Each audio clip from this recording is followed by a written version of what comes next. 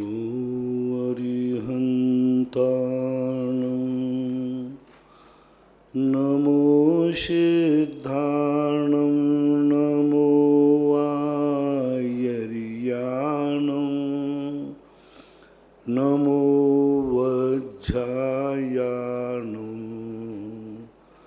नमो लोये सवसाहुणं।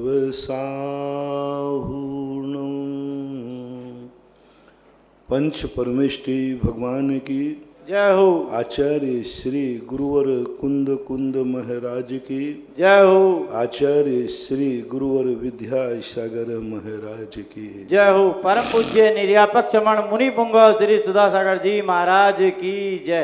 पूज्य महासागर जी महाराज की जय। मुनि संघ की जय। नमस्ते।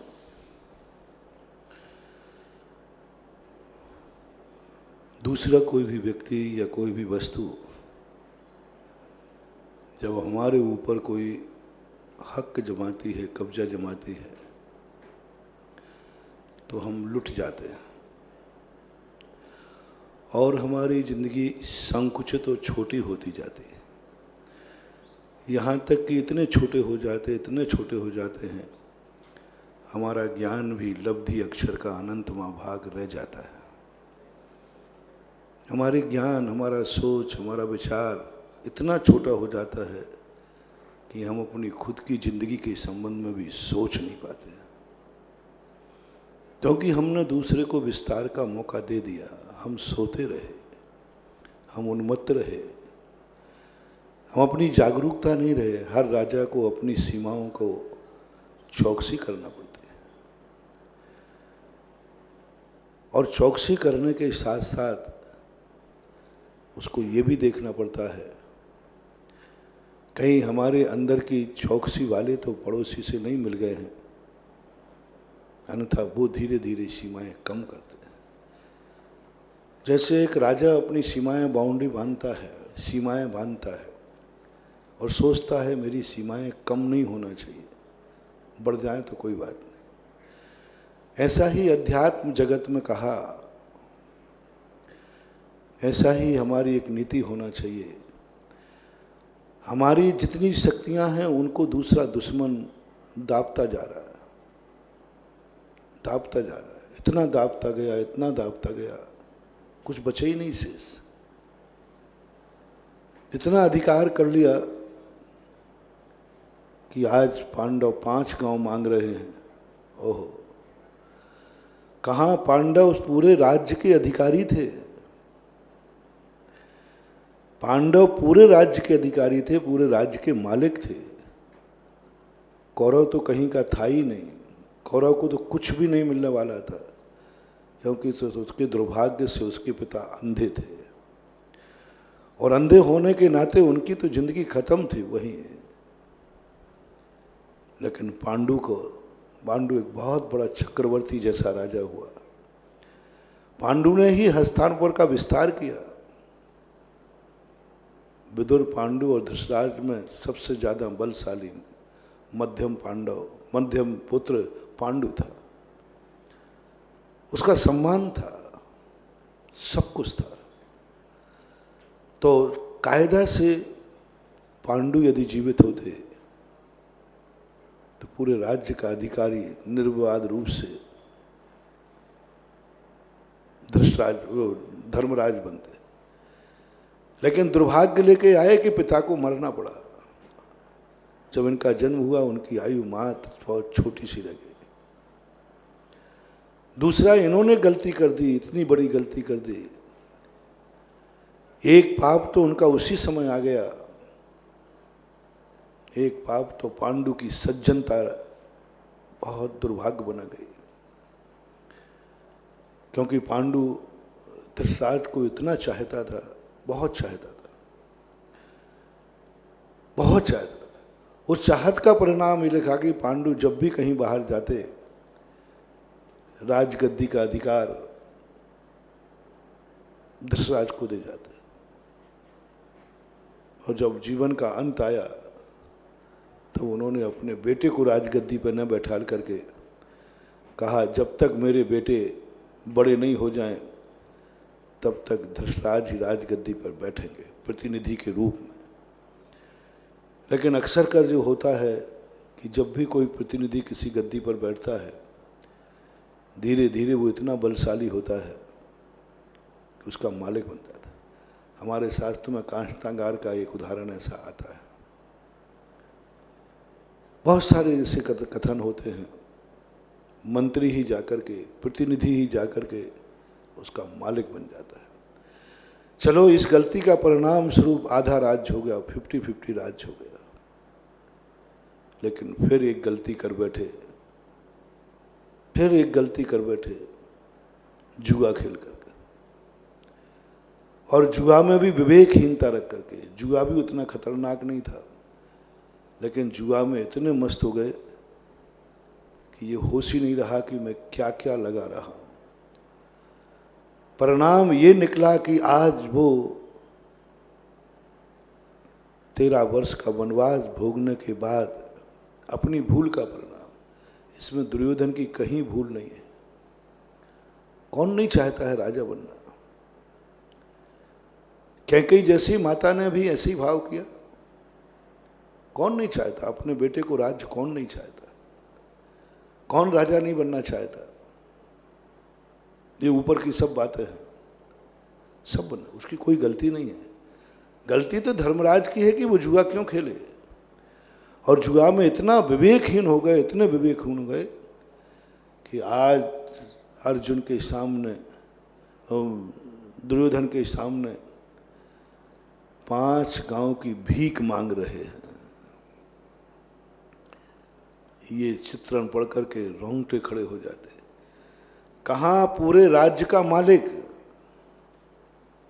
चक्रवर्ती, पूरे राज्य का मालिक, चक्रवर्ती जैसी उसकी विभूति, और आज अर्जुन के दरवाजे खड़े होकर 5 गांव मांग रहे हैं कि मुझे मार, तुम 5 गांव दे दो। लेकिन जो ओरिजिनल नहीं होता ना, जो वंशानुगत ओरिजिनल नहीं होता है ना, जो अतिक्रमण करता है, जो कब्जा करता है, शोषण करता है, वह उदार नहीं हो सकता। कभी उदार नहीं हो सकता। कितने सस्ते में निपट रहा था सारा झगड़ा, 5 गांव दे देता, खत्म हो जाता। नहीं, दुर्योधन कहता है 5 गांव तो छोड़ो, सुई की नोक के बराबर भी मिलने वाला नहीं। देख लो क्या दशा हो गई। ये कोई महाभारत है, कोई कहानी नहीं है। ये सब हमारे और आपकी दुर्दशा का चित्रण है। कहानी तो हो चुकी होती है, उसको क्यों सुनाया जाता है? कहानी तो घटित हो गई, चले गए सब, कोई मोक्ष गया, कोई नरक गया, कोई दुनिया में गया। अपन क्यों उस कहानी को बार बार दोहराते हैं?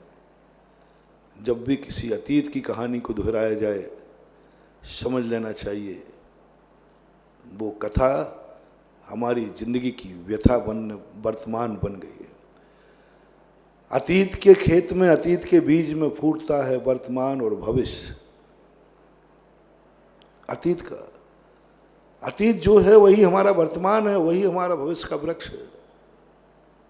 ऐसी स्थिति में जब कोई भी कहानी पुराणों में जितनी लिखी हैं, इन कहानियों को अमर क्यों किया गया?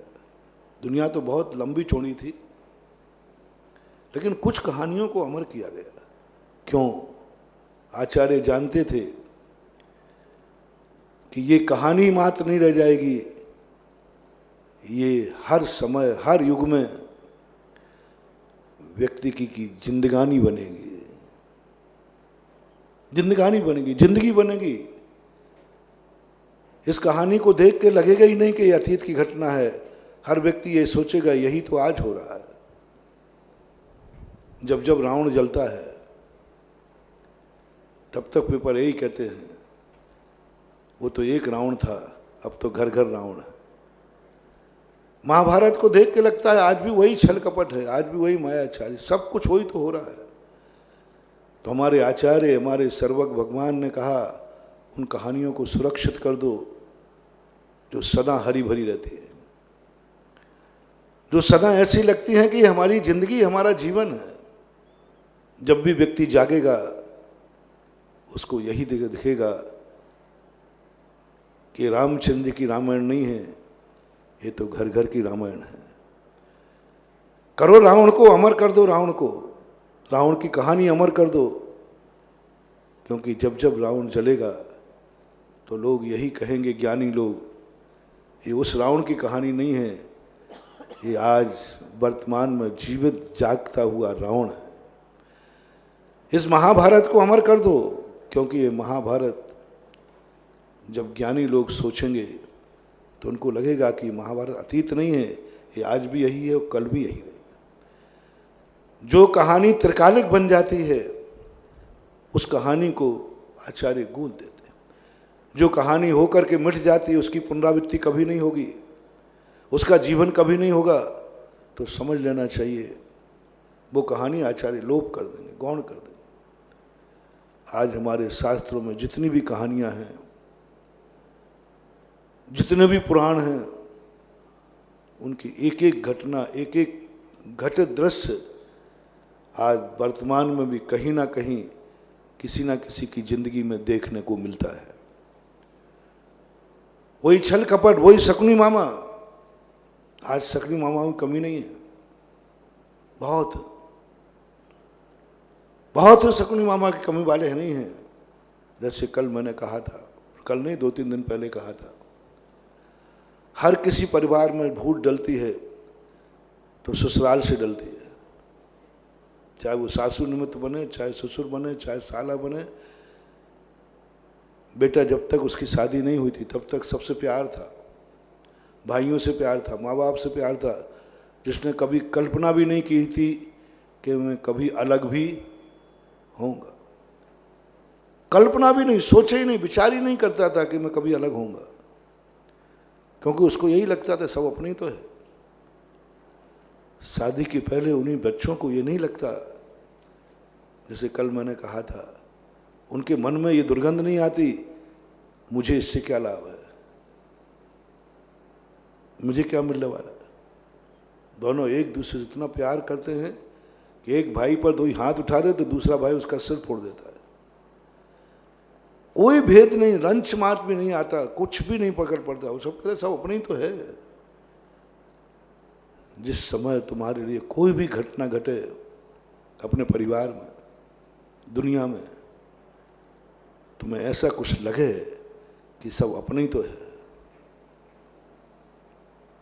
ये भाई मेरा है तो भाई की संपत्ति भी मेरी है, सब कुछ अपने ही तो है, कहाँ रह जाएगा, कहाँ है, सब अपने ही तो है, तब तक समझ लेना रामराज चल रहा है। और 90% कुंवारे बच्चों में कभी भी परिवार के प्रति कुछ गड़बड़ नहीं होता, सब एक समान, सबके मन में एक भाव होता है, सब एक दूसरे को एक ही बन के रहते। किसी का आज तक तुम्हारे बेटे ने कभी ये नहीं सोचा होगा कि मेरे नाम से कितने मकान है, कितनी जायदाद है, सोच ही नहीं आया, परिणाम ही नहीं बनता। लेकिन जैसे ही उसकी शादी होती है तुरंत उसके मन में भाव आ जाता है अब हमें अपना कुछ करना चाहिए, हमारी पत्नी का सवाल है, हमारे बच्चों का सवाल है, अब भेद डलना शुरू हो जाता है। अब मेरे बच्चे अलग हैं, मेरी पत्नी अलग है, मेरे सब है। ओहो, पहले क्यों भेद नहीं डला? क्योंकि सबकी माँ एक थी। अब क्यों भेद डल रहा है? क्योंकि सबकी पत्नी अलग है। देखना कितना बड़ा रहस्य है। सबकी माँ एक थी, अब कोई भेद कौन डालेगा? माँ तो भेद डालेगी नहीं, माँ को तो भाव आएगा ही नहीं, क्योंकि उसके तो सब हैं, एक हैं।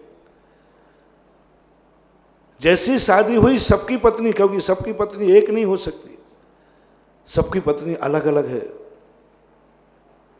और जब अलग अलग पत्नी होगी तो फिर सब व्यक्ति अपनी अपनी सोचेगा, मुझे क्या लाभ है, मेरा कितना लाभ है आएगा। और जैसे वो आएगा, क्या आज ऐसी चीजें नहीं हो रही? क्या हो रही है? तो शकुनी मामा तो आज भी है, शकुनी मामा तो आज भी है। 90% ससुराल वाले अपने कुंवर साहब को अलग होने का उपदेश देते हैं। जितने जितने ये ससुर हैं सब मेरी बात को शेयर करें ना, और सासुएं हैं शेयर करें। 90% कह रहा हूं, 90% अपने कुंवर साहब को तुम सबके साथ रहना पसंद कराओगे। आपका कुंवर साहब, आपकी बिटिया ससुराल में अपने भाई ज्येष्ठ देवरों के साथ रहे या अलग हो जाए, इसकी वोटिंग डलवाई जाए। माँ बाप के साथ ससुर, मान लीजिए 5-10 भाई हैं, सास ससुर तो एक ही होते हैं, और मान लो चाचा ससुर चाचा सासू हैं और भाई की भाई, 2-3 पीढ़ियां इकट्ठी हैं। दादा दादी भी 2-3 हैं, चाचा पापा चाचा चाची बहुत है, और एक 10-20 लोगों का परिवार है और एक साथ बड़े मजे से ले रहा है। उसमें एक कुंवर साहब बन गए आपके बेटी के। अब मैं सारे भारत से पूछना चाहता हूं कि आप अपनी बेटे बिटियों को, वो कुंवर साहब को बिटिया को सबके साथ रहना पसंद करेंगे या अलग करने की सलाह देंगे?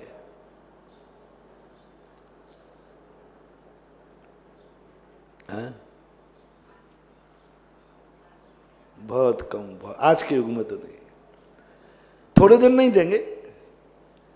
जैसे ही भांजे हो जाएंगे तो फिर तो जब जब वो घर जाएगा ससुराल में, सासू कहेगी कुंवर साहब थोड़ा कुछ सोचो, इस भीड़ में पड़े पड़े इस भीड़ में पड़े पड़े क्या करोगे? तुम्हें क्या लाभ है? जो कुछ भी कमाओगे 20 में बटेगा, जो कुछ भी लाओगे 20 लोग खाएंगे, तुम्हें क्या मिलने वाला है? इन बच्चों को नियम से 90% कह रहा हूं, 95 कह दूं तो कोई बड़ी बात नहीं। 90% ससुराल वाले अपने कुंवर साहब को अलग करने का उपदेश देते हैं, अलग करने की सलाह देते। थोड़ी सा कुछ बात की नहीं बेटी ने कि हमें ससुराल में यह परेशानी है, तुरंत माँ और पिता दोनों कुंवर साहब को सलाह देंगे, अलग क्यों नहीं हो जाते? अलग होकर कुछ कमाओ तो कुछ जिंदगी बन जाएगी, तुम्हारी खुद की जिंदगी बनेगी। शुरुआत हो जाती है, आज भी हो रहा है, आज भी हो रहा है। यदि दुनिया की ससुरालें खत्म कर दो तो कोई अलग होगा ही नहीं, क्योंकि माँ किसी को अलग करेगी नहीं। माँ तो सबसे प्रेम करती है, बराबर करती है। तो ये कहानी आज भी लागू हो रही है, इसलिए कोई भी ऐसी कहानियां अमर कर दी गई जो कहानी देखते ही ऐसी लगे कि अतीत की कहानी नहीं है, ये वर्तमान की कहानी है। आप महाभारत रामायण जो भी कथाएं अपने शास्त्र में लिखी, उनको कभी शांति से बैठ के पढ़ना, चिंतन के साथ पढ़ना, ऐसा कुछ भी नहीं लगेगा कि ये कहानी अतीत की है। ऐसा लगेगा नाम पुराने हैं, काम तो आज भी वही हो रहे। नाम पुराने हैं बस, काम तो आज भी वही हो रहे हैं।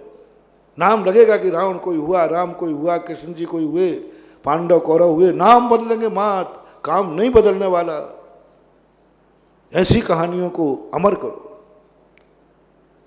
आज 5 गांव के लिए तरस रहा है दुनिया का सम्राट। स्वयं की भूल, कितनी बड़ी भूल हो गई, स्वयं ने कितनी बड़ी कमी कर दी, स्वयं के एक विवेकहीनता के कारण आज 5 गांव को तरस रहा है। अपन भी एक धर्मराज है, अपन भी एक सम्राट है, अपन भी एक राजा है। कुंद कुंद भगवान ने अपनी आत्मा को राजा कहा, राजा है, बहुत बड़ी शक्ति है। लेकिन आज क्या हो रहा है? हमारे पास सर्वज्ञ शक्ति है, त्रिकाल शक्ति है, लेकिन आज तो हम वर्तमान ही जानने में समर्थ हो गए। क्यों? दूसरे व्यक्ति ने, इन कर्मों ने मेरे ऊपर कब्जा करते गए, करते गए, करते गए, करते गए। कई जीवों को तो वहाँ तक भेज दिया कि लब्धि अक्षर का अनंतमा भाग रह गया। कहाँ से पहुँच करके? सुत केवली होने के बाद कितना पुरुषार्थ किया था, शुद्ध केवली द्वादशांग का ज्ञान हो गया था, उपशम श्रेणी चढ़ गए थे, और इस कर्म ने ऐसा झापेटा मारा कि उनको भी निगोद में भेज दिया। लब्धि अक्षर करंत, ये भूल बहुत बड़ी भूल है। इसलिए थोड़ा चेतो, अपनी सीमाएं बढ़ाओ। दूसरा तुम पर जब कब्जा करेगा तुम मिट जाओगे। तुम्हें दूसरों पर कब्जा नहीं करना है, कर्म कब्जा करता है, गुंडा कब्जा करता है, गुंडा दादागिरी करता है, गुंडा बल प्रयोग करता है, गुंडा राठौड़ी करता है। क्योंकि गुंडा मूर्ख होता है, जड़ होता है, अचेतन होता है। ज्ञानी व्यक्ति सबको लेता है अंडर में, लेकिन कब्जा करके नहीं लेता, राठौड़ी में नहीं लेता, अतिक्रमण नहीं करता। अतिक्रमण में और मैत्री में अंतर है। सबको छीन लेना और सब कुछ अपना हो जाए, बहुत अंतर है। सबको छीन लेना ये अतिक्रमण है, ये चोरी है, डकैती है, पाप है। तो जो मूर्ख होते हैं उनका बल प्रयोग के माध्यम से वे कुछ भी छीन लेंगे। कर्म जड़ है, अचेतन है, मूर्ख है, वो अतिक्रमण करना जानता है, वो कब्जा करना जानता है। लेकिन अपन ज्ञानी है, अपन ज्ञान धन स्वरूपी है, अपना ज्ञान लक्षण है। अपन को कब्जा नहीं करना, अपन को युद्ध नहीं करना, अपन को संपत्ति छीनना नहीं है, अपन को मित्र बनाना है। जब शिशुपाल वध होता है तो शिशुपाल वध के समय सारे राजा घबरा गए। जब शिशुपाल जैसे वध कर सकते हैं तो कृष्ण जी और धर्मराज खड़े होकर कहते हैं, राजा को घबराना नहीं, ये तो आताताई था, अत्याचारी था, इसलिए इसको मारना पड़ा। मुझे इसका राज्य नहीं चाहिए, मैं राज्य पे कब्जा नहीं करूंगा, इसके बेटे को ही गद्दी पे बैठा लूंगा। और सारे राजाओं से मेरा कहना है, मैं किसी राजा को इंद्रप्रस्थ की सीमा नहीं बढ़ाऊंगा। इंद्रप्रस्थ में हम लोग कभी किसी पर आक्रमण नहीं करेंगे, हम किसी पर अतिक्रमण नहीं करेंगे, आक्रमण नहीं करेंगे, किसी संपत्ति पे कब्जा नहीं करेंगे, किसी को अपने अधीन नहीं करेंगे। लेकिन धर्मराज ने अंत में एक बहुत मार्मिक कही, सब देख के दब गए, हम अपने इंद्रप्रस्थ की सीमाएं नहीं बढ़ाएंगे, किसी से युद्ध नहीं करेंगे, किसी से झगड़ा नहीं करेंगे, हम चलाकर किसी पर आक्रमण नहीं करेंगे। हाँ, कोई मेरी सीमा में आएगा तो बात अलग है, मैं चलाकर आक्रमण नहीं करूंगा। और भारत का इतिहास रहा है, आज तक का इतिहास में भारत ने कभी किसी पर आक्रमण नहीं किया, कभी नहीं किया, कभी नहीं किया। लेकिन जब किसी ने भारत पर आंख उठाई है तो उसको सजा जरूर दी है, लेकिन भारत ने कभी आक्रमण नहीं किया। पाकिस्तान के ऊपर आज तक कभी भारत ने पहली गोली नहीं चलाई। आज 1947 से लेकर 50-60 साल होने को एक बार का इतिहास है कि भारत ने कभी किसी देश पर प्रथम वार नहीं किया। लेकिन जब किसी ने वार किया है तो भारत ने उसके दांत खट्टे भी किए।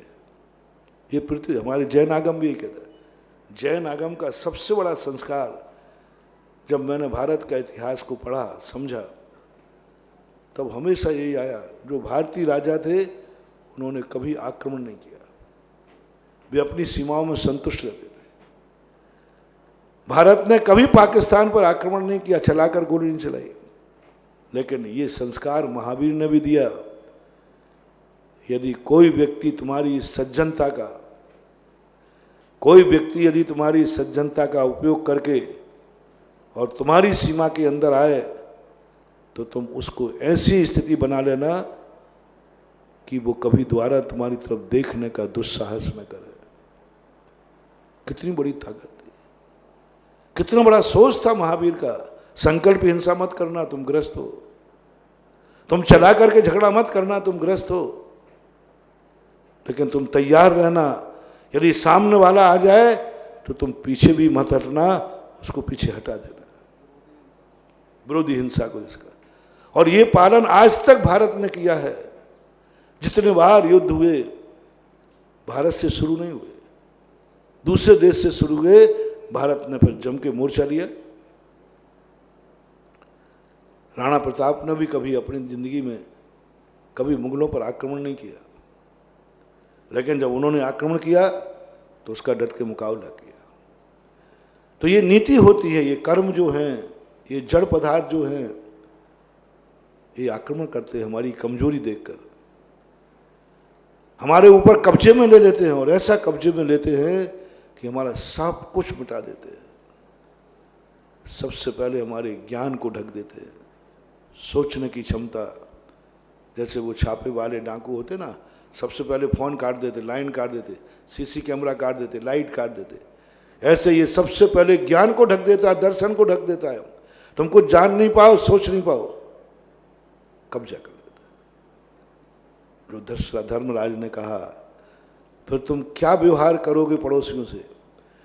कितनी बड़ी बात, मैं कब्जा नहीं करूंगा, युद्ध नहीं करूंगा, अपने अधीन नहीं करूंगा, लेकिन सबसे मैत्री जरूर करूंगा।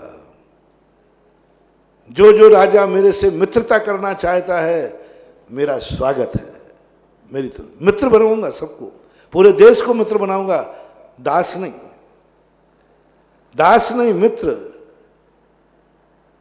बहुत बड़ी बात, एक बहुत बड़ा मार्मिक शब्द है। धर्मराज जब इंद्रप्रस्थ को संभालते हैं, उन्हें एक दास नहीं मित्र, अधीन नहीं मित्र, मेरे गुलाम नहीं, मेरे मित्र रहेगा, प्रत्येक राष्ट्र मेरा मित्र रहेगा। और इतने मित्र बनाए, इतने मित्र बनाए कि हस्तिनापुर के सारे जितने मित्र थे, कर्ण को छोड़ करके सब मित्रता धर्मराज के पक्ष में चले गए। बस यह कला अपने स्वचतुष्टय के संबंध में ढूंढना है। पर चतुष्टय हमारे ऊपर कब्जा न कर पाए, क्योंकि पर चतुष्टय मूर्ख है, जड़ है, अज्ञानी है। अपने स्वचतुष्टय का विस्तार करो।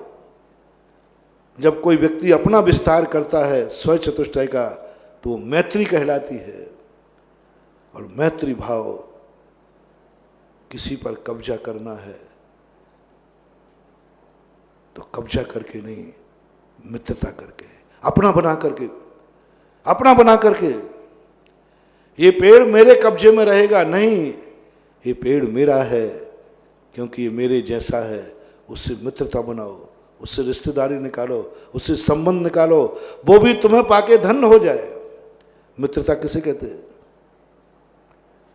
मित्रता का अर्थ होता है कि मैं नहीं, जिससे को मैं मित्रता बनाऊं वो कहे उठे कि मैं धन्य हो गया, आपने मुझे मित्र बना लिया, वो धन्य हो जाए। हाँ, वो कहे मैं धन्य हो गया, अपन नहीं, अपन तो दूसरे को मित्र बनाएंगे तो अपन तो खुश होंगे कि हमारे इतने मित्र हैं। नहीं, जिनको अपन ने मित्र बनाया वो कहे उठे कि मैं धन्य हो गया, आपने मुझे मित्र बना लिया। मैं कब उपकार चुकाऊंगा तुम्हारा, कब उपकार चुकाऊंगा? बड़ा व्यक्ति, महान व्यक्ति वही है जिसका अधीनस्थ व्यक्ति धन्य हो जाए। माँ बाप वह धन्य नहीं है जिनकी संतानें हैं। माँ बाप जब धन्य है जब बेटा कह सके मैं ऐसे माँ बाप को पाके धन्य हो गया। भाई वह नहीं है जो भाई है एक कूख से जन्मा है, भाई ये कह सके मैं तुम जैसे भाई को पाके धन्य हो गया। गुरु वह नहीं है जो शिष्यों को दीक्षा दे रहा है, वास्तविक गुरु वो है जो शिष्य धन्य हो सके, हो जाए कि मैंने कितना पुण्य किया जो ऐसा गुरु मिला। सही गुरु है। भगवान वही नहीं है जो भगवान बन गया, जो अपने आप को भगवान कह रहा है। नहीं, भगवान वह है जिसके दर्शन करते ही भक्त धन्य हो जाए, देखते ही कहने लगा ओ भाग्य मेरे उदय आए, दरस प्रभु जी को लगे हो। भक्त धन्य होना चाहिए। शिष्य धन्य होना चाहिए, बेटा धन्य होना चाहिए, मालिक वह है जिसका नौकर धन्य हो जाए कि मैंने कितना पुण्य किए, मुझे ऐसा सेठ मिला। बहुत सारे नौकर होते हैं जो सेठों की प्रशंसा करते हैं। 90% नौकर सेठों की प्रशंसा नहीं करते। कुछ होते हैं जो कहते महाराज मैंने कितने पुण्य किए जो मुझे ऐसा मालिक मिला, ऐसा सेठ मिला। और यही अपन को दुनिया में जीना है। और इसकी तरीका एक ही है कि तुम दूसरे को अपने में मिलाओ, दास बना के नहीं, मित्र बना के मिलाओ। और मित्र बना करके मिलाओगे, हर पदार्थ तुम्हें पाकर के धन्य हो जाएगा, तुम उसको पाके नहीं। हम जहां देखें, मेरी आंखें धन्य नहीं हो, जिसको देखा है वो धन्य हो जाए। करो अपनी आंख की स्वचतुष्टय का विस्तार करो।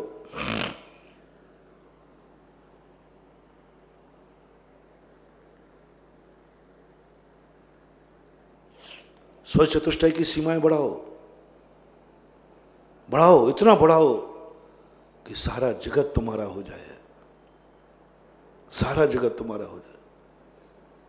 शांतिनाथ भगवान की स्थिति में पूज्यवर समंतभद्र महाराज ने लिखा कि हे भगवान, क्या है आपकी महिमा? आपने जब जन्म लिया, लक्ष्मी आपके पास आकर के धन्य हो गई, आप धन्य नहीं हुए। लक्ष्मी आपके पास आकर धन्य हो गई, चारों तरफ से लक्ष्मी आ रही है, आपने तो किसी लक्ष्मी को बुलाया ही नहीं, भाव भी नहीं किया, कमाने का भाव भी नहीं किया, और रत्न बरसना शुरू हो गए आपके आने के पहले। धन्य हो रही है लक्ष्मी। यहाँ लोग तो धन पाने के लिए मरते हैं, मारते हैं, लुटते हैं, लूटते हैं, धन पाने के लिए कितना खून पसीना एक करते हैं, राज्य को पाने के लिए कितने अनर्थ करते हैं। एक धन दौलत के लिए 100 रुपये के लिए लोग मर्डर कर देते हैं, 100 रुपये के लिए लोग सिर फोड़ देते हैं। दुनिया में दुनिया धन को चाहती है, लेकिन हे भगवान क्या हो गया? और वो चाहते हैं फिर भी धन दूर भागता है। वो कहता है पापी के हाथ में ना पहुंच जाऊं। आपका क्या वैभव है भगवान? आपको लक्ष्मी आपके घर बरस रही, आप बुला नहीं रहे, अभी आपका जन्म ही नहीं हुआ, लक्ष्मी धन्य हो गई। जब आप बड़े हुए, राजा हुए, चक्रवर्ती हुए, तो सारे 3 लोक के राजा आपको अपना राजा मान के धन्य हो गए, आप धन्य नहीं हुए। यानी चक्रवर्ती बनकर के आप धन्य नहीं हुए हैं। ये 6 खंड के 32,000 राजा धन्य हो गए आपको पाकर। क्या गजब की शांतिनाथ भगवान की तो भक्ति गजब की पूज्यवर ने। शांतिनाथ भगवान कहते भगवान आपके सामने आपको कोई मतलब ही नहीं था, आप चक्रवर्ती बने, आपको कोई फर्क नहीं पड़ा, लेकिन सारा का सारे 6 खंड के हर राजा धन्य हो गया कि मेरा राजा, मेरा चक्रवर्ती शांतिनाथ है। हर व्यक्ति दूसरे के अधीन में दुख महसूस करता है, हर व्यक्ति को, कोई किसी के अधीन नहीं रहता। जब भी किसी के अधीन होना पड़ता है तो उसको बड़ी तकलीफ होती है, उसकी टीस लगती है, क्या मैं गुलाम हो गया, मैं इनके अधीन क्यों रहूं? कोई व्यक्ति अपने से बड़ा किसी को स्वीकार नहीं करना चाहता। हर व्यक्ति छोटा बनते समय एक मन में टीस रहती, भगवान मुझे छोटा क्यों बनाया, क्यों बनाया? कुछ लोग होते हैं दुर्योधन जैसे, कई बार कोसता है, मुझे 2 महीने पहले जन्म दे देता है, कर 2-3 महीने का अंतर था धर्मराज में और उनमें, पहले दे देता जन्म, 2nd नंबर पर जन्मा दिया। होते गए, होते इनका इच्छा होती है पाने की, लेकिन हे भगवान आप कैसे हैं कि आपके अंदर कोई अधीन होने के लिए अवभाग्य मान रहे हैं लोग।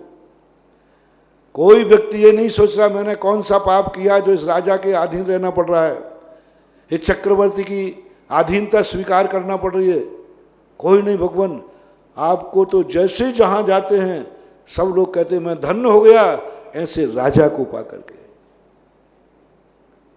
जब आपने दीक्षा ली तब आप संयम पाकर धन नहीं हुए, संयम आपको पाकर धन हो गया। आपको पाकर संयम धन हो रहा है, आपको पाकर संयम। जब आपने और आगे तपस्या की तो केवल ज्ञान आपको पाकर धन हो गया। जब आप मोक्ष गए तो मुक्ति रूपी वधु धन हो गई। यानी आप तो कहीं धन हुए ही नहीं, सारा जगत आपके अधीन होने में धन्यता महसूस कर रहा है। यह है स्व चतुष्टय का विस्तार।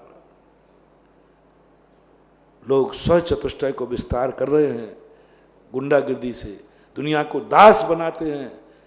वे स्व चतुष्टय का विस्तार नहीं कर रहे हैं, वे दुश्मनों को तैयार कर रहे हैं।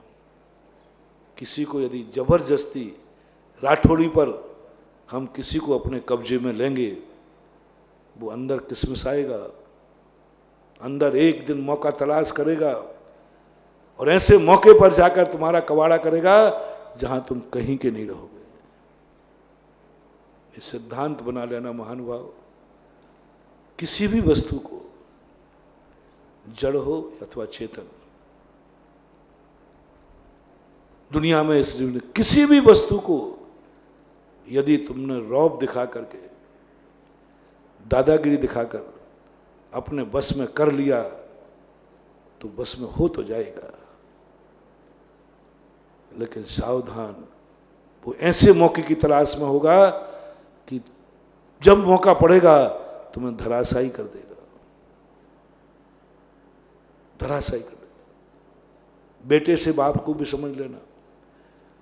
यदि बाप बेटे एक दूसरे को, बाप बेटे को ये मानता है, अपने कब्जे में दादागिरी से लेता है, बाप बेटे एक दूसरे को, दोनों एक दिन एक दूसरे को मारने की जुगाड़ करेंगे, मारने की जुगाड़ करेंगे।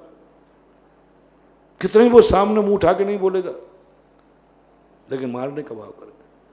दुनिया में हम किसी भी वस्तु को जब भी हम दादागिरी से चाहेंगे, एक दिन उसी से हमारा नाश होगा, नाश होगा। बताते हैं कि सपेरे की मौत सांप से ही होती है। अपनी मौत भी उसी से होगी जिसके हम मालिक बन गए, जिसको हमने दास बनाया है। सारे जगत का एक नियम सुन लो, जब जब दुनिया में तुम किसी को अपनी हिटलर शाही से दास बनाओगे, ये फार्मूला लिख लेना अपनी डायरी में, इसी दास से तुम्हारा नाश होगा। शास्त्र भरे पड़े। शुभम चक्रवर्ती का उसी दास ने नाश किया, उसी दास ने, वही दास ने उसका विनाश कर दिया, क्योंकि वो दास था। सारी दुनिया को आप कहीं भी देख लेना, अपन लोग क्या सोचते हैं, देखा मेरा वो रोब है कि कोई मेरे सामने आंख नहीं उठा सकता, मेरा वो रोब है कि मेरे सामने कोई जबान नहीं खोल सकता। कई छोकरे तो इतने निकृष्ट होते हैं, अरे मेरा घर में वो रोब है, कोई ने कहा भैया दोस्त यार तुम्हारे लेट हो गए हो, घर में जाके तेरे पिताजी नहीं डांटेंगे? बोले सुन रहे, मेरा वो रौब है कि पापा बोल नहीं सकते, मैं रात भर भी नहीं जाऊं तो उनकी मजाल नहीं, मैंने ऐसा रौब बना के रखा है। दुर्योधन बार बार यही कहता है। शकुनी मामा कहता है कि भांजे तुम मान जाओगे, तुम्हारे पिताजी मान जाएंगे कि नहीं, क्योंकि पांडवों के लिए वो प्रेम करते हैं। तो दुर्योधन क्या कहता है, पिताजी की बात छोड़ो, पिताजी को मैं मना के जानता हूं। मैंने पिताजी के सामने ऐसा रौब जनवाया है कि पिताजी कुछ नहीं कर सकते, जो मैं कहूंगा वो करेंगे। जो जब जब तुम्हारे मन में अपने से बड़े, अपने से उपकारी, अपने गार्जियन, दूसरे के ऊपर ऐसा भाव आ जाए कि वो मेरे अनुसार चलेंगे, मैंने ऐसा रौब जमा लिया, समझ लेना तुम्हारी आत्मा में दुर्योधन जाग गया और तुम ही दुर्योधन हो, तुम ही दुर्योधन है। क्योंकि तुम्हारे मन में ये भाव आ गया, मेरा रौब ऐसा है कि मैं सबको लाइन पर, मेरे सामने कोई बोल नहीं सकता, मैंने ऐसा टेलर जमा दिया। तो आज ये फरमान भी सुन लीजिए, तुम्हारी गति वही होगी जो दुर्योधन की हुई। दुर्योधन ने यही तो किया, ताशश्री को अपनी मुट्ठी में। दुर्योधन ताशश्री की मुट्ठी में नहीं था, ताशश्री को अपनी मुट्ठी में रखता था। वो गुरु के अंडर में नहीं था, गुरु को अपने अंडर में रखता था। वो पिता के अंडर में नहीं था, पिता को अपने अंडर में रखता था। वो विदुर की नीतियों में नहीं चलता था, मामा की नीतियों पे चलता था, और अंत में जाकर उसका नाश हो गया। तुम्हारा नाश का आज मैं फरमान जारी कर रहा हूं कि जब जब तुम्हारे मन में ये भाव आवे कि मैंने ऐसा टेलर किया कि मेरे सामने कोई बोल नहीं सकता, बस सावधान, यही अहंकार तुम्हारा विनाश करेगा। नियम मान लेना, फार्मूला निश्चित है। इसलिए अपन को किसी को भी अपना दास नहीं बनाना, एक संकल्प करो। हमें किसी पर अतिक्रमण नहीं करना, एक संकल्प करो। राठौड़ी नहीं करना।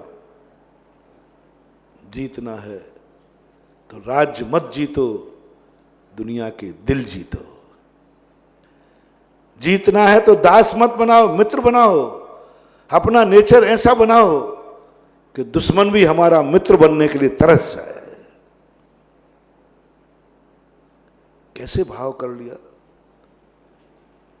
दुश्मन के भाई ने राम का मित्र बनने के लिए, सारे लोग कहते, रावण खुद कहता है, कहाँ गया विभीषण?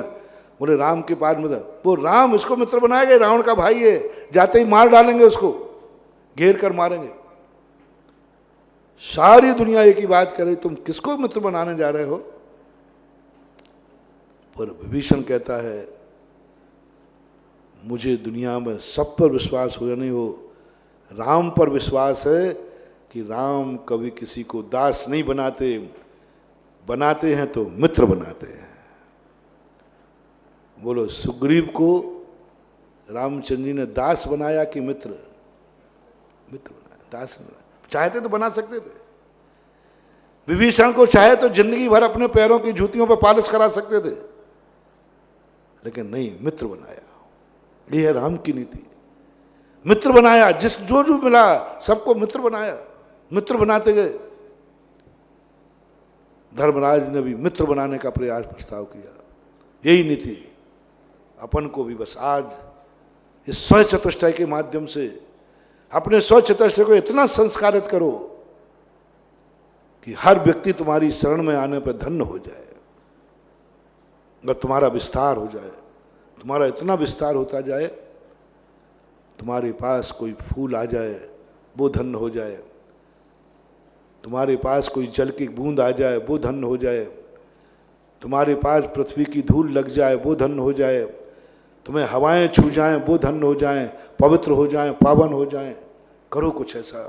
ये देखो स्व चतुष्टय का विस्तार। अपनी सीमाएं बढ़ाओ, अपना राज्य बढ़ाओ। स्व चतुष्टय को मात इसी शरीर में समेट के मत रखो।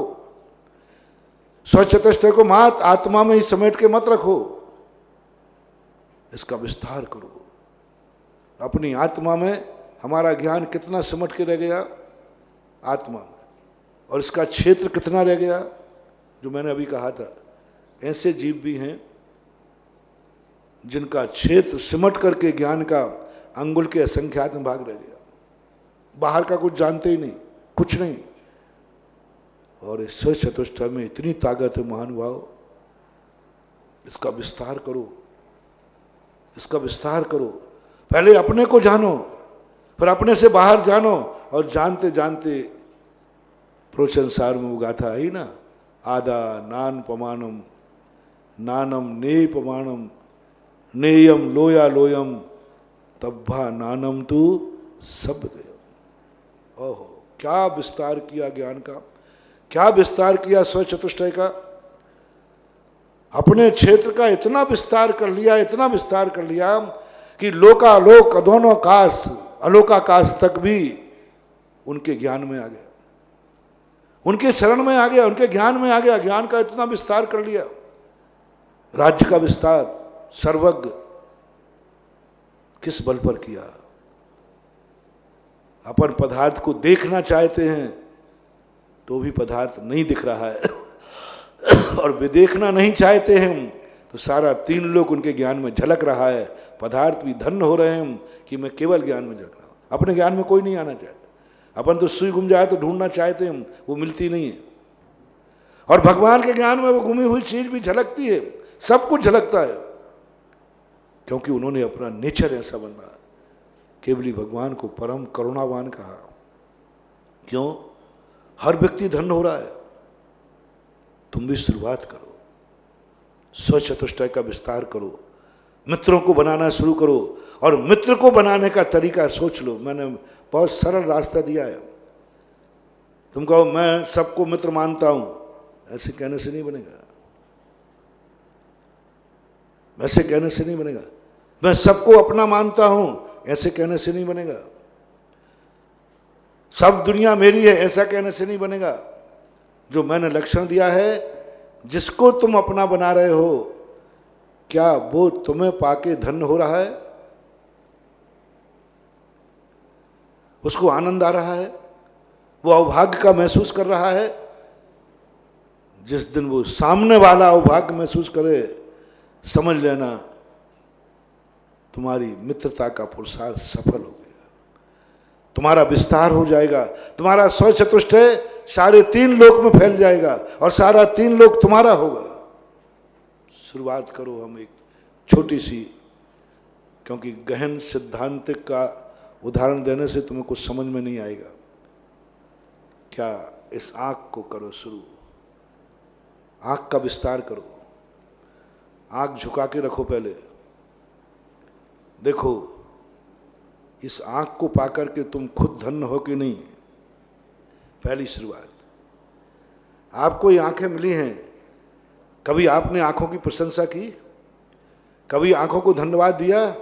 कभी आंखों को थैंक्स कहा कि आंखें मैं तुझे पाकर धन्य हूं, मैं धन्य हो गया तुझे पाकर, मेरी जिंदगी में तुम आंखें आ गई हो, मैंने कितना उपकार, कितना मैंने पुण्य किया जो मुझे 2 आंखें मिली। क्या ऐसा अभाग्य की अनुभूति आई कभी? आंखें पाकर।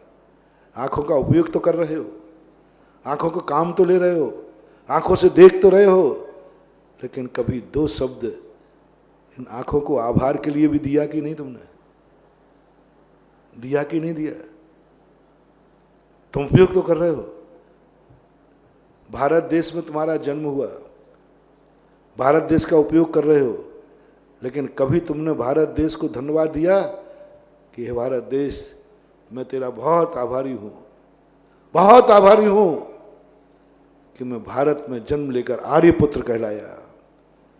जिंदगी में एक बार आभार दो। यदि तुम्हें अनुभूति हो रही हो कि मैंने कितना पुण्य किया, मुझे गर्व है कि मेरा जन्म भारत में हुआ, यदि ऐसी अनुभूति कभी तुम्हें आई हो, कितने लोग हैं जो भारत में जन्मते हैं लेकिन उन्हें गर्व की अनुभूति नहीं होती, गौरव की अनुभूति नहीं होती। ऐसा नहीं लगता कि मैंने बहुत पुण्य किया है। जो भारत में जन्म लिया, जिंदगी निकाल देते हैं, निकल जाती है, चले जाते हैं राहगीर बन करके। और कुछ लोग ऐसे होते हैं, मैंने आर्यखंड में जन्म लिया, मेरा कितना मैं इस आर्यखंड का आभार मानता हूं, आभार मानता हूं। कर्मों की बुराई ही बुराई मत करो। कर्मों की बुराई करते करते हमने उनको दुश्मन बना लिया। जब देखो, जब हम बुराई देखते, जब भी कर्मों की लाइन आई, बुराई बुराई बुराई बुराई, कर्म दुष्ट है, कर्म दुष्ट है, तो अब कर्म कहते हैं मैं दुष्टी हूं तो आ जाओ मैदान में। हाँ, कई बार ऐसा भी होता है, जब मैं दुष्टी हूं तो अब आ जाओ मैदान में, देखता हूं तुम्हारी दुष्टता, बताता हूं क्या होती है। प्रशंसा मत करो रे, स्वचतुष्टय का विस्तार करो। ओहो, कर्म को एक बार थैंक्स कह दो, कर्म को एक बार धन्यवाद कह दो। ये कर्म तेरा मैं क्या उपकार मानूंगा कि तूने मुझे भारत देश में जन्म दिलाया। तू तो जन्म कहीं भी दिला सकता था, लेकिन मेरे कर्म ने मुझे आर्यपुत्र बनाया। बनाया है कि नहीं? तुम खुद बने हो, वो अतीत के पुरुषार्थ की बात नहीं करना, अभी मैं वर्तमान में कह रहा हूं। अपना जन्म जो है कर्म के अधीन है कि हमारे हाथ में है? कर्म के अधीन। वो अतीत काल की श्रृंखला छोड़ रहा हूं कि कल तो अपन ने पुरुषार्थ किया था, अभी तो पढ़ूंगा। कर्म के कारण हुआ। एक बार तुम्हें भारत में जन्म लेने से अच्छा लग रहा है कि नहीं? तो किसकी बदौलत हुआ तुम्हारा जन्म? कर्म को। एक बार कर्म को आभार मान लो, जय जिनेंद्र कर लो, थैंक्स कह दो, हे कर्म तेरे लिए जय जिनेम, तूने मुझे आर्यखंड में। एक बार करो, उसमें भी तुम्हें जैन जाति मिली, ब्राह्मण जाति मिली, क्षत्रिय जाति मिली, तुम्हें अपनी जाति पे गर्व है कि नहीं? तो ये जाति किसने दिलाई? कर्म ने। एक बार कर्म को जय जिनेंद्र कर लो, प्रशंसा कर दो, आभार मान लो, हे कर्म तेरा मैं बहुत बहुत आभारी हूं जो मुझे जैन कुल में जन्म दिलाया। बताते हैं कि प्रशंसा की भट्टी में अच्छे अच्छे दुश्मन भी पिघल जाते हैं। आभार मानने पर अच्छे अच्छे लोग भी विनम्र हो जाते हैं। कर्म बहुत दुष्ट है ना, कर्म से परेशान हो। मैंने तो सोचा है जितनी जितनी अपन अपने दुश्मन की निंदा करेंगे वो दुश्मन हमारे ऊपर और हावी होगा, और परेशान करेगा, और विरोध साधेगा। और यदि हम दुश्मन से मित्रता का प्रस्ताव रखें, दुश्मन को यदि मित्र बनाने का प्रयास करें, थोड़ा मित्र बनाने के लिए हमें प्रशंसा करना पड़ेगी। इन कर्मों की प्रशंसा शुरू कर दो। जितना तुम्हें लाभ कर्मों से हुआ है उतना ही, मैं ज्यादा नहीं कह रहा हूं। जैन कुल में जन्म हुआ, कर्म को बहुत, मैंने कितना पुण्य किया, मेरे कर्म कितने अच्छे हैं, इन कर्मों का बहुत आभारी हूं जो जैन कुल में जन्म हुआ। और आगे देखो, अब तुम्हारी जिंदगी में तुम्हारे माँ बाप ने तुम्हें जन्म दिया है कि नहीं? पाल के बड़ा किया कि नहीं? दो शब्द आभार के बोल दे रहे। माँ बाप की बुराई करने के पहले कि मम्मी पापा मैं तुम्हारा बहुत आभारी हूँ, बहुत आभारी हूँ कि मुझे आपने पैर पे खड़ा कर दिया। बहुत आभारी हूँ, बहुत आभारी हूँ कि मुझे जिनेंद्र भगवान का नमोकार मंत्र सिखा दिया, जिनेंद्र भगवान का दर्शन सिखा दिया। 45वां दिन सबसे बड़ा कैसा भी माता पिता क्यों ना हो। कई छोकरे मेरे से कहते महाराज कभी माता पिता के भी दुर्गुण बोलना चाहिए। मैं कैसे बोलूं? तेरे जिंदगी भर तेरे ऊपर अत्याचार किए जाएं तो तेरे माँ बाप का एक गुण ही काफी है। तुझे जिंदगी भर माता पिता तुझे लाते मारे, जूते मारे, तेरी चमड़ी निकाल करके मिर्ची भरे, कितना भी कुछ करें, वो अत्याचारों का पाप एक तरफ है, और तेरे ऊपर एक उपकार हुआ है जैन के ऊपर, एक उपकार। 45वें दिन जाते ही सूतक हरते तुझे भगवान का दर्शन करा दिया। बस ये कम है उपकार क्या? जिनेंद्र भगवान के पास लेगा, कह रहे भगवान एक जैन कुल में वृद्धि हुई। ये उपकार जिंदगी भर के अत्याचारों से भी ज्यादा महत्वपूर्ण है। एक ही उपकार का बदला नहीं चुका पाओगे। और कभी पिता ने तुम्हें जाकर अभिषेक का लोटा दे दिया हो, अभिषेक करना सिखा दिया हो, कभी गुरु को आहार देना सिखा दिया हो, कभी माला फेरना दिखा दिया हो, कभी तुम्हें पढ़ना सिखा दिया हो, कमाना, इन सब उपकारों को देखो, कम से कम आभार तो मान। जय जिनेंद्र तो कर ले, पैर छू ले, मैं आपका आभारी हूं। जो अपने उपकारी का आभार मानता है, उपकारी बढ़ते जाएंगे। आप ऐसी सब चीज को, किसी चीज की आज के बाद बुराई करना बंद करो। मैं बहुत बार प्रवचन देता हूं, वास्तु का, विकासवाद का यही नारा है, जो है जहां हो, जैसे हो, उसके प्रति पॉजिटिव सोचो। एक बार मैंने कहा था ना, आपका अमीरी कैसे बढ़ी? आपके पास सूखी रोटी है, बिल्कुल घी नहीं है उसमें, हाथ पर रख लीजिए, मेरे आशीर्वाद से तुम अमीर नहीं बनोगे। कोई मंत्र तंत्र नहीं है, सूखी रोटी है, दिवाली का दिन है, चारों तरफ दीपावली जल रही, मिठाइयाँ बट रही हैं, तुम्हारे पास बाजरे की सूखी रोटी मिली है, बासी रोटी। अब मैं बहुत बड़ा सिद्धांत दे रहा हूं, स्वचतुष्टय की महिमा देखो, चमत्कार बता रहा हूं। एक व्यक्ति ने कहा मेरी क्या किस्मत, ये कोई भोजन है क्या? ये कोई रोटी है क्या? ये कोई जिंदगी है क्या? दिवाली के दिन ये रोटी खा रहा हूं, सुन लो कान खोल करके, अगली दिवाली पर ये सूखी रोटी भी नसीब नहीं होगी। सबसे बड़ी जिंदगी का पाप, कोई व्यक्ति पाप नहीं कर रहे हैं। कौन पाप कर रहा? मुझे तो कोई पाप करते दिखते ही नहीं है। 100 में से 90 लोग पाप नहीं करते हैं। बोलो संसार में डाकुओं की संख्या कितनी है? बोलो बलात्कारियों की संख्या कितनी है? बोलो सबसे ज्यादा जितने पाप होते हैं इनकी संख्या कम है पापियों की। शराब पीने वालों की संख्या ज्यादा है कि नहीं पीने वालों की? नहीं पीने वालों। मर्डर करने वालों की संख्या ज्यादा है कि नहीं मर्डर करने वालों की? तो सब धर्म पूरा है, सब कोई पाप कर ही नहीं रहा है, फिर भी पापी बन रहा है, फिर भी किस्मत में उसकी फूट रही है। क्या कारण है? बहुत बड़ा कारण मैंने खोजा कि वह व्यक्ति अपनी खुद की जिंदगी को कोस रहा है, खुद की जिंदगी को कोस रहा है। रोटी, ये कोई रोटी है क्या? भोजन है क्या? कहीं मकान की झोपड़ी है, ये कोई मकान है क्या? अगली बार वो भी नहीं। किसी के पास साइकिल है, ये कोई सवारी है क्या? तुम्हारे पास कुछ भी दे दो, ये कोई माता पिता है क्या? ये कोई भाई बंधु है क्या?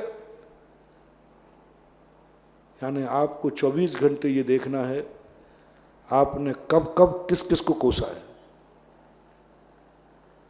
नोट करो, तुम्हारी जिंदगी में तुमने कब कब किसको कोसा है, बस वही तुम्हारी जिंदगी में सब कुछ मिटा देगा।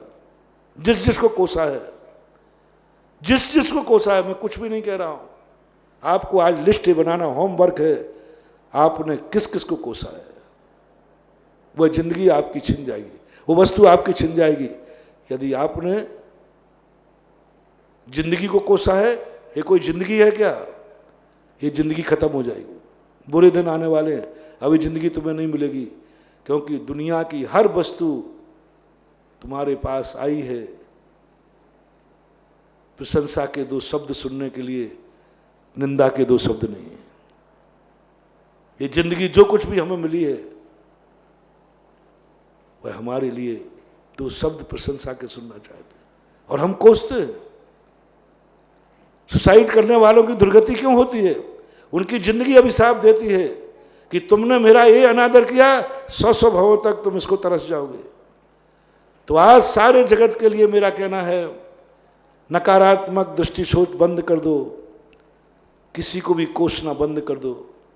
जो कुछ भी तुम्हारी जिंदगी में मिले, जो कुछ भी मिले, पॉजिटिव सोचो, सबको अच्छा कहो। झोपड़ी है, हे भगवान कितनी तेरी बड़ी कृपा है, जब भी भगवान के पास आओ कभी उलाहना मत देना। उलाहना ही हमारी जिंदगी का नाशक है। उलाहना से हम वंचित रह जाएंगे भगवान के आशीर्वाद से। और 99% लोग भगवान को उलाहना देने आते हैं, हे भगवान तेरा भक्त और ये जिंदगी, ऐसा जीवन, ऐसा मेरा जीवन, उलाहना देते हैं। इसलिए कुछ नहीं हो रहा है। भगवान भी परेशान है, बोले कहाँ तक क्या दे मैं, जब देखो जब उलाहना, जब देखो जब उलाहना। पैदल चलता था, साइकिल दी तो बोले क्या दे दिया, मोटरसाइकिल दी तो क्या दे दिया। यानी हवाई जहाज तक पहुंच गया, फिर भी कह रहा है कि आभार नहीं मान रहा है। अपनी जिंदगी में बंधुओं बहुत बड़ी बात कह रहा हूं, कितनी भी गरीबी है, मैं कहता हूं कितने भी बीमार हो, यदि आप जिंदा हो तो भी अपने गॉड को धन्यवाद दो। कम से कम मैं इस मिनट में जिंदा हूं, नाने कितने लोग इस मिनट के पहले मर गए, मैं जिंदा हूं। पॉजिटिव सोचो, मैं जिंदा हूं, है भगवान तेरा आभार है कि मैंने आज सुबह का सूर्य देख लिया। ना जाने कितने लोग आज सुबह का सूर्य नहीं देख पाए, मैं तो कम से कम सूर्य का देख रहा हूं। हे भगवान मैं तेरा बहुत आभारी हूं। देखो तुम्हारी उम्र कैसे नहीं बढ़ती। जब तेरी जिंदगी में बहुत परेशानी आ जाए सब तरफ से, लेकिन तुम भी जिंदा हो तो मेरा कहना मान जाना, आंसू बह रहे हैं आंखों से, रोम रोम में से वेदना निकल रही है, रोम रोम में से वेदना निकल रही है। उस समय तुम्हें भगवान का धन्यवाद देना है। भगवान मैं तेरा बहुत बहुत शुक्रिया गुजार करता हूं कि तू मुझे अभी भी जिंदा रखे है। बस बस इतना सा कह दो। कष्टों की कोई कमी नहीं है, सब है, पर भगवान को उल्हाना मत देना कभी भूल करके। किसी दुनिया को उल्हाना मत देना भूल करके। पॉजिटिव सोचो और भगवान से कहना, भगवान कोई शिकायत नहीं, कोई शिकायत नहीं। भगवान भी कहे नहीं तू तो बहुत दुखी है, बहुत परेशान है, तेरे खाने को नहीं है, तेरे शरीर में बीमारियां हैं, तू बहुत दुखी है। नहीं भगवान, आपकी बहुत बड़ी कृपा है, कम से कम जिंदा तो हूं, कम से कम मैं जिंदा तो हूं। बस ये शब्द कह देना, फिर जो भगवान की बौछार होगी, जो भगवान का वरदान मिलेगा, उनके बिना दिए मिलेगा कि हम कल मरते होंगे तो 1000 साल जिएंगे, क्योंकि हमने ऐसे कष्टों में भी भगवान को धन्यवाद दिया है। हमने तो मात उल्हाना देना सीखा है। क्या दिया तुमने मुझे, क्या दिया तुमने? उनको बहुत निंदा होती है। एक बार सुनाया था ना मैंने कि बादशाह ने बीरबल से पूछा कि बीरबल ये बताओ, इस दुनिया में कौन व्यक्ति है जो कितना भी कुछ देते जाओ तो कभी उपकार नहीं मानता, हमेशा उल्हाना देता है, क्या दिया क्या दिया? तुमने कहा साहब एक व्यक्ति है। बोले कौन? बोले कुंवर साहब। बीरबल की कहानियों में आता है, बोले कुंवर साहब। बोले क्यों? साहब ये कभी भी उपकार नहीं, करोड़पति, कुछ नहीं दे दो कुछ। जब भी पत्नी से झगड़ा करेगा यही कहे तेरे बाप ने कौन सी बख्शीद लिख दी, कौन सा क्या दे दिया।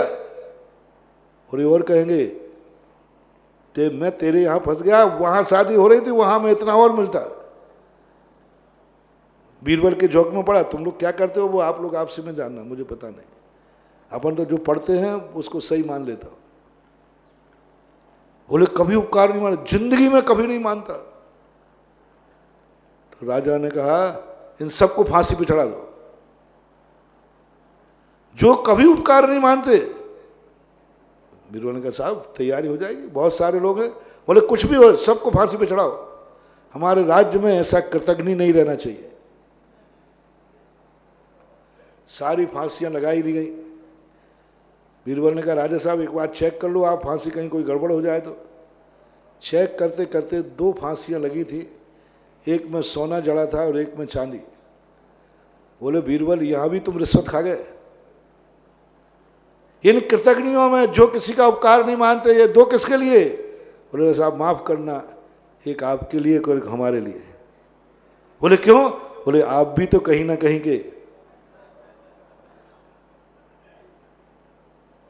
अच्छा रहा हमारे आचार्य जी ने हमें कुंवर साहब नहीं बनने दिया, नहीं तो हम भी फंसते।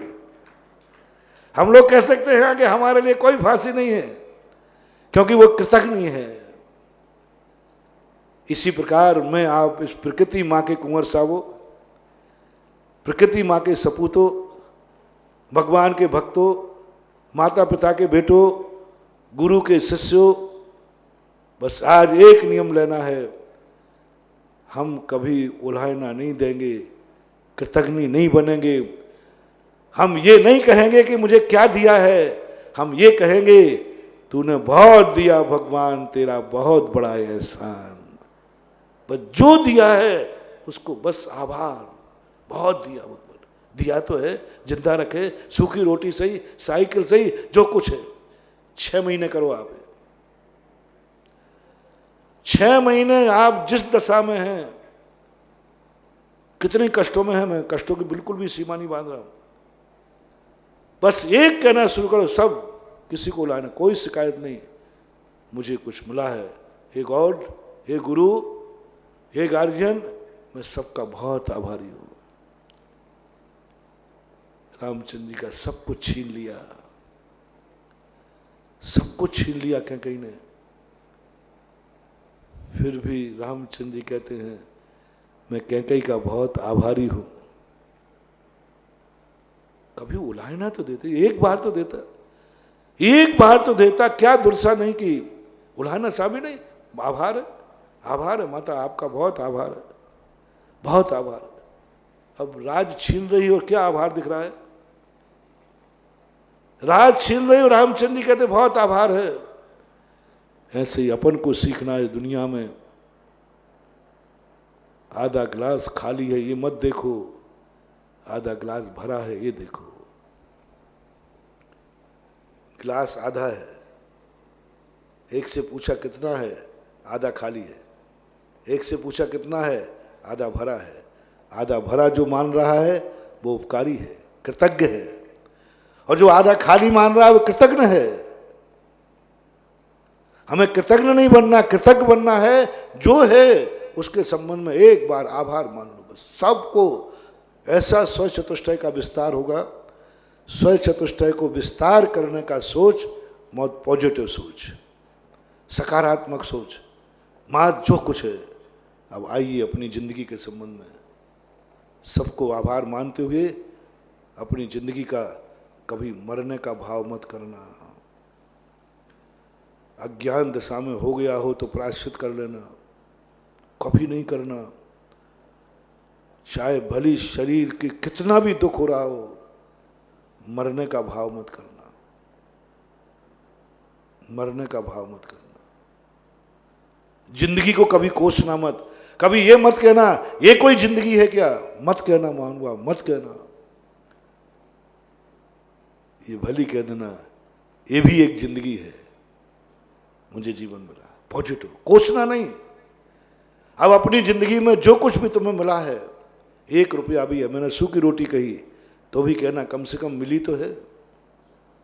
आभार मानो। जो जो चीजें तुम्हारे पास हैं आज सबको, क्या क्या है मैंने नहीं पूछ रहा हूं, लेकिन कुछ तो है कि कुछ भी नहीं है। कुछ भी नहीं हो तो तुम जिंदा कैसे हो? जिंदा तो है, यही तो बहुत है। हर व्यक्ति को एक ही बात कहना, जो तुम्हारे पास है आज उसका आभार मानना है, जय जयंत करना है, और तुम्हें मालूम है कि ये किसकी कृपा से मिला है, उसको भी आभार मानना। उल्हाना खत्म आज से। बस ये करना शुरू करो। अब आ जाइए अपनी ज़िंदगी में, जो प्रारंभ में कह रहा था, ये आँखें तुम्हें मिली हैं, इनको कभी कोसना मत। इनका आभार मानो कि हे नेत्र, मैं तुम्हारा बहुत आभारी हूँ, तुम्हें पाकर के मैं धन्य हो गया। तुम्हें पाकर मैं धन्य हो गया। पहला सूत्र ये तो स्व चतुष्टय है। आंखें पाके दुनिया धन्य हो जाती है। आंखें पाके दुनिया धन्य हो जाती है। ज्योति पाके दुनिया धन्य हो जाती है, तो स्व चतुष्टय है। अब स्व चतुष्टय का विस्तार करो, स्व चतुष्टय को फैलाओ, स्व चतुष्टय सारे जगत में कर लो। जैसे हमने कल कहा था, तम्मा नानम तो सब गए हम। क्या जैसे तुम आंखें पाके धन्य हो, तो क्या आंखें भी तुम्हें पाके धन्य हैं? क्या आंखें भी तुम्हें पाके धन्य हैं? ये विचार करना है। पूछो आंखों से कि आंखें तुम्हें पाके धन्य हैं। महाराज कैसे पूछूं, वो तो बोलेंगी नहीं। मैं बुलवाऊंगा, मैं काहे के लिए बैठा हूं? जो काम तुमसे नहीं हो सके उसको मैं कराऊंगा, मैं बुलवाऊंगा आंखों से। तो महाराज बुलवाओ, मैं आंखों से पूछूं, लो मैं बुलवा देता हूं। आंख तुम्हें पाके धन्य की नहीं, तुम आंख खोलना और किसी की तरफ देखना, और जिसको तुम देखो वो धन्य हो जाए, वो आनंद से भर जाए। ओह मैं धन्य हो गया, इनकी दृष्टि मेरे पे पड़ गई, तो समझ लेना आंख तुम्हें पाके धन्य है। अब कितनी धन्य है तुम्हारी आंख? अब दिन भर में तुम कितनों को देखना, तुम ये देखना, सोचना कौन कौन मेरे देखने से धन्य हो रहा है, अवभाग्य मान रहा है। कौन कह रहा है कि ओहो आपने मुझे देख लिया, अवभाग्य मेरे। जितने लोग तुम्हें देखकर धन्य हो जाएं, उतने % में आंख धन्य हो गई। और जितने तुम्हें देखकर कहे इसकी आंख नहीं फूट जाती, यहां देख रहा है घूर घूर करके, बोलो तुम्हारी आंख कैसी है? स्वचतुष्टय, आंख तुम्हारी है, तुमने कहा मेरी आंख है, तो क्या तुम्हें कभी ऐसा महसूस हुआ मैं जिसकी तरफ देखता हूं वही धन्य हो जाता है? लोग तरसते हैं देखने के लिए कि आंख मेरे ऊपर उठ जाए, और या फिर लोग बद्दुआ दे रहे हैं इसकी दृष्टि ना पड़ जाए, इसकी दृष्टि बहुत बुरी है, ये मेरे को ना देख लेने जाए, तुम्हारे से छुप रहा है वो, अपने आप को बचा रहा है वो, ये ना देख ले वे। अब सोचो अपनी आंख को, विचार करो कितने लोग होते हैं तुम्हारे, और जितना जितना तुम्हारी आंख तुम्हें पाकर धन्य होती जाएगी, समझ लेना तुम्हारा राज्य का विस्तार हो गया आंखों के ऊपर। आंखें तुम्हारी हो गई, बिना उसके, बिना दास नहीं बनाया, आंखों को दास नहीं बनाया, आंखें मीत बन गई। ऐसे ये कान,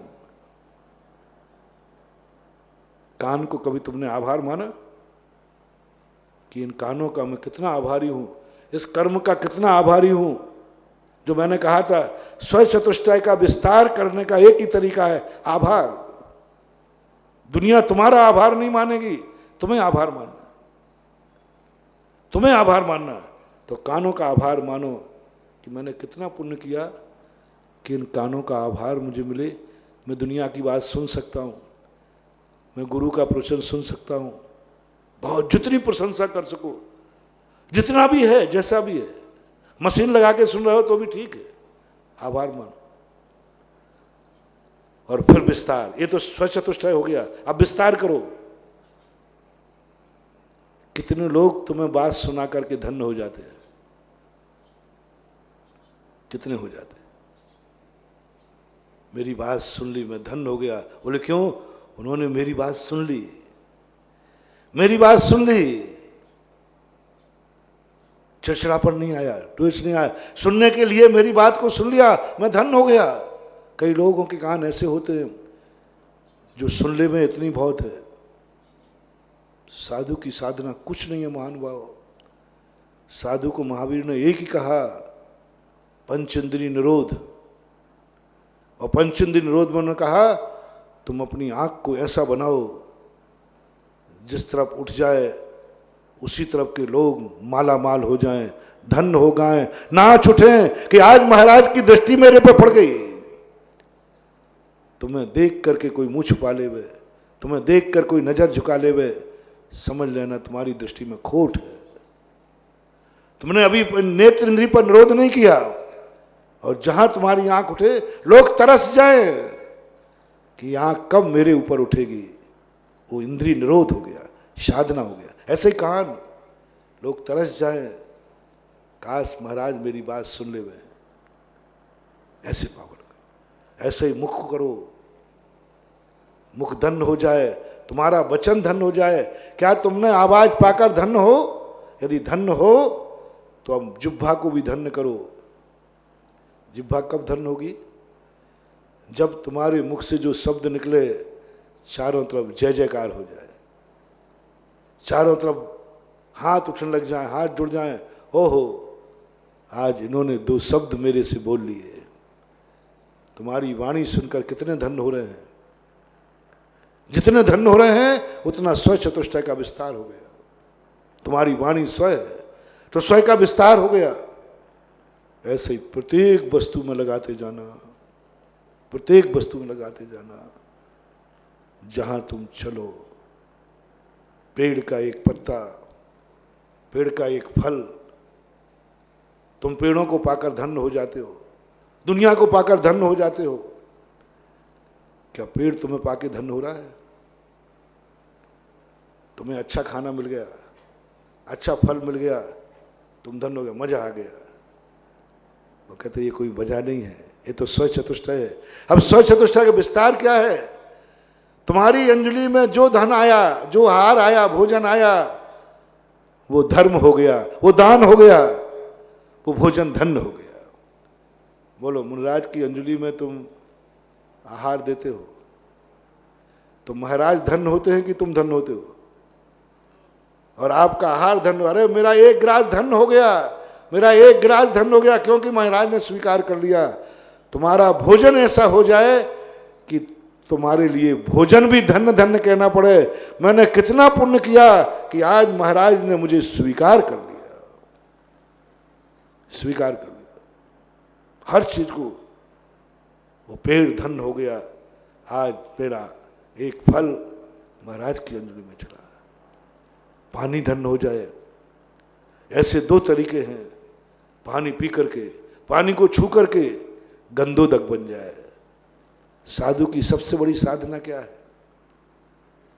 देखो, जब साधु के पैरों पे आप जल ढालते हो, भगवान पर जल ढालते हो, तो जल धन्य हो जाता है कि भगवान धन्य हो जाते हैं? भगवान पवित्र हो जाते हैं कि जल पवित्र हो जाता है? भगवान पवित्र नहीं थे, जल पवित्र हो जाता है। इसलिए अतिशय चमत्कार है, सारी दुनिया जल पाकर पवित्र होती है और भगवान गुरु से जल पवित्र होता है। तुम लोगों की जिंदगी क्या है? जल पाकर तुम नहा लेते हो, तुम शुद्ध हो जाते हो, तुम पवित्र हो जाते हो जल को पाकर के, और जल को गंदा कर देते हो। और गंदोदक कौन किसका बनता है? जिन्हें जल पाकर धन्य हो जाए, जल पवित्र हो जाए। भगवान और गुरु पवित्र नहीं हुए हैं, वो जल जिसने छुआ वो पवित्र हुआ। अब जल कहता है मैं तो धन्य हो गया गुरु महाराज के ऊपर ढल करके, और तुम लोगों को ये जल अभिशाप दे के जाता है। इसको छुआ तो मैं गंदी का नाला और बन गया, नाले का गंदा पानी और बन गया, नाले के गंदा पानी बन गया। मैं इसके छुआ और मैं गंदा हुआ। साधना करो कि मुझे पाकर, मुझे छूकर जल धन्य हो जाए, पवित्र हो जाए, पावन हो जाए। स्वचतुष्टय का विस्तार हो गया, इतना विस्तार कर लिया। हर व्यक्ति कहता है मुझे धन्य करो, मुझे धन्य करो। ये विस्तार का तरीका। ऐसे ही पृथ्वी पर आप चलो, जिस पृथ्वी पर कदम रखो, वो धूली को कौन पूछता है? वो धूली तो मिट्टी है, पद दलित है। लेकिन तुम कुछ ऐसा करो, अपने पैरों को ऐसी साधना करो, ये पैर जिस धूली को छू ले, लोग उसे चंदन मानकर माथे पर धारण कर लें। त्वदपाद पंकज रजोमृत दिग्ध देहा मृत्या भवंति मकरध्वज तुल्य रूपा। कैसे पावन बना लिया उन्होंने अपने, कैसी साधना की। आज जो धूल मिट्टी जिसे कहते हैं, मिट्टी का दूसरा नाम पद दलित, पैरों से जिसे रौंदा जाता है, लेकिन एक पावन चरण ऐसा छू गया कि वो रज कहती है मैं तो इतनी पावन बन गई कि लोग माथे पर तिलक लगाने लगे, मैं इनका धन्यवाद हूं। यानी पृथ्वी ने भी धन्य कह दिया। पृथ्वी धन्य हो गई तुम्हें पाकर, पृथ्वी धन्य हो गई पाकर के। स्वचतुष्टय का विस्तार कर लिया कि आज माटी धन्य हो रही है। जहां जहां पैर पड़े संतन के वे जग तीरथ हो, तीरथ बन गया, हर माटी धन्य हो गई। ऐसा ही अग्नि को ले लेना, तुम्हारे सामने कभी अग्नि जले, वो धन्य हो जाए। अग्नि तो सारी दुनिया में जलती है, लेकिन कभी आरती के दीपक की जल जाए तो वो अग्नि धन्य हो जाती है। मैंने एक बार तुमसे कहा था, जो मैंने खोजा है, एक दीपक जलाना, घर में दीपक जलता है, और एक भक्तांबर का दीपक जलाना, एक भगवान की आरती का दीपक जलाना, एक गुरु की आरती का दीपक जलाना, एक मंगल के रूप में दीपक जलाना। वो दीपक की एनर्जी अनंत गुनी है। वो अग्नि तुम्हें दुआ देगी, अग्नि धन्य कहेगी। मुझे तो जलाना तो कोई भी जलाता, लेकिन आज जिस व्यक्ति ने मुझे जलाया है वो भक्तांबर के लिए जलाया है। जा, तेरी जिंदगी में कभी अंधेरा नहीं होगा। अग्नि धन्य हो गई क्योंकि आज तुमने पूजा का दीपक जलाया है। कभी तुम जलाओ भी, अग्नि को पाकर तुम बहुत धन्य हुए हो, कभी अग्नि को भी धन्य कर देना। 24 घंटे में कितनी अग्नि तुम जलाते हो वो तुम जानो।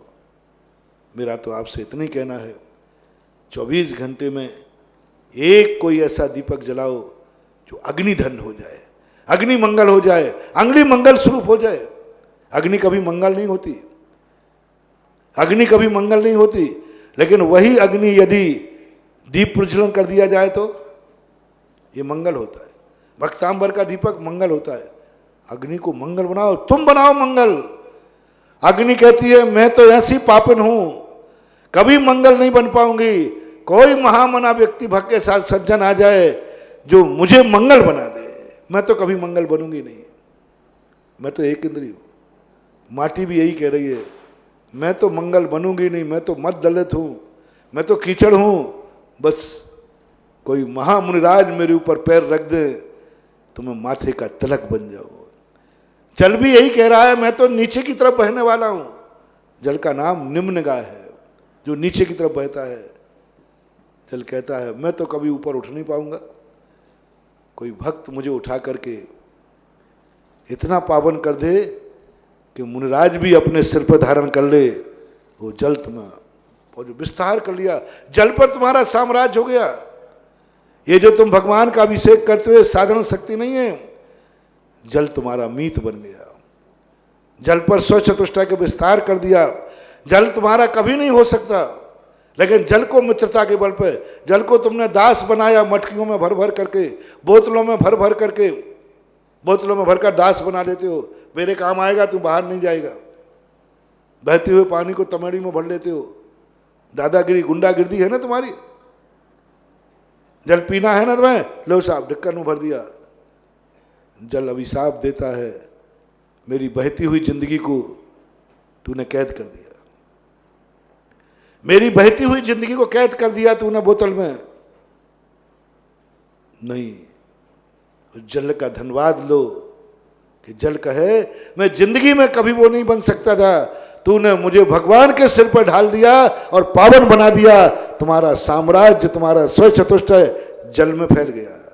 जल तुम्हारा मित्र हो गया, जल तुम्हारा मित्र। ऐसा ही हर चीज पर, हर वस्तु पे ऊपर आपको ये लगाते जाना, हर वस्तु पे लगाना है आपको। कौन कौन व्यक्ति तुम्हारी जिंदगी में आकर के धन हो रहा है, कौन कौन हो रहा है? परिवार में लगा लीजिए।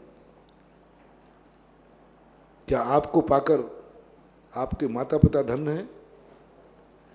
आपको पाकर के आपके परिवार वाले धन है? यदि आपके परिवार वाले कभी जिंदगी में एक शब्द बोल दें, मैं धन्य हो गया ऐसे बेटे को पाकर, भाई बोल देवे कि मैं धन्य हूं ऐसे भाई को पाकर, पत्नी बोल देवे कि मैं धन्य हूं ऐसे पति को पाकर, बेटा बोल दे, सब जो भी तुम्हारे संबंधी है, बस एक शब्द प्यार तुम्हें करना है। तुम्हें पाकर कितने लोग धन्य हो रहे हैं, यह स्वचतुष्टय का विस्तार है। तुमने जैन जाति में जन्म लिया, क्या तुम्हें पाकर जैन जाति धन्य है? यदि धिक्कार रही है, कहां का जैनी हुआ, जैन धर्म को बदनाम कर दिया। और जहां ये भाव आ जाए, ओहो इसने जैन जाति का गौरव उठा दिया, जैन जाति का गौरव उठा दिया। और जैन जाति से, ऐसे लोगों से जैन जाति का गर्व है, ऐसे लोगों से जैन जाति का मस्तक ऊंचा उठता है। यानी जैन हो तो जैन जाति का गौरव बढ़ाओ, जैन जाति धन्य हो जाए। यदि किसी गुरु के शिष्य बने हो तो महानुभाव गुरु धन्य हो जाए। गुरु पाकर के दुनिया धन्य होती है। आज के प्रवचन में तुम्हें दिया जा रहा है, तुम्हें पाकर गुरु धन्य हो जाए। और गुरु अंदर से कह उठे, मैंने कितना पुण्य किया जो मैंने ऐसा शिष्य बनाया, धन्य हो गया। जहां देखो वहीं से जयकार आ रहा है, जहां देखो वहीं से प्रशंसा आ रही है, जहां देखो वहीं से मेरा नाम हो रहा है कि कैसा गुरु ने इसको संस्कार दिया। ये दुआ यदि गुरु के मुख से निकल गई, इससे बड़ा कोई आशीर्वाद नहीं होता। गुरु से आशीर्वाद दादागिरी से नहीं लेना। गुरु महाराज दे रहे हो नहीं दे रहे, नहीं तो फिर ध्यान रख लेना। हाँ, कोई मजा नहीं। गुरु देता अंदर से, उसको इज्जत दिलाओ, मान दिलाओ। और गुरु के मन में यह भाव आ गया कि मैंने दीक्षा देकर गलती कर दी, बस इससे बड़ा अभिशाप दुनिया में कोई नहीं। सारी दुनिया का अंतिम फार्मूला बनाए, अंतिम फार्मूला बनाए। जो जो तुम्हारी जिंदगी में आ रहा है, भगवान से लेकर गुरु, माता पिता, सब मैंने घटा दिया। इनमें से जो जो धन्य हो रहे हैं, तुम्हारे स्व चतुष्टय का विस्तार हो रहा है। और जो जो ये कह रहे हैं कि मैंने बहुत बड़ी गलती की, ये मेरी जिंदगी में आ गया, इसको खोजो। जिस जिस व्यक्ति को ऐसा महसूस हो रहा है ये मेरी जिंदगी में आ गया, मैंने कौन सा पाप किया है, ये बद्दुआ अपनी जिंदगी में कभी मत लेना। सबसे बड़ी बद्दुआ है, तुम कितना भी पुण्य कर लेना, साधना कर लेना, यदि कोई भी व्यक्ति अपनी जिंदगी में ये दे रहा है बद्दुआ कि मैंने कौन सा पाप किया जो मेरी किस्मत में ये लिखा था, मेरी जिंदगी में ये आ गया, ये अभिशाप कभी मत लेना। बस वो प्रयास आज से चालू करो, जो जो तुम जिस जिसकी जिंदगी में तुम आते जाओ और वो धन्य होता जाए, स्व चतुष्टय का विस्तार होता जाएगा। महावीर भगवान की जय। परम पूज्य निर्यापक श्रमण मुनि पुंगव श्री सुधासागर जी महाराज की जय। समस्त मुनि संघ की जय। जिन वाणी के ज्ञान से सूझे लोकालोक।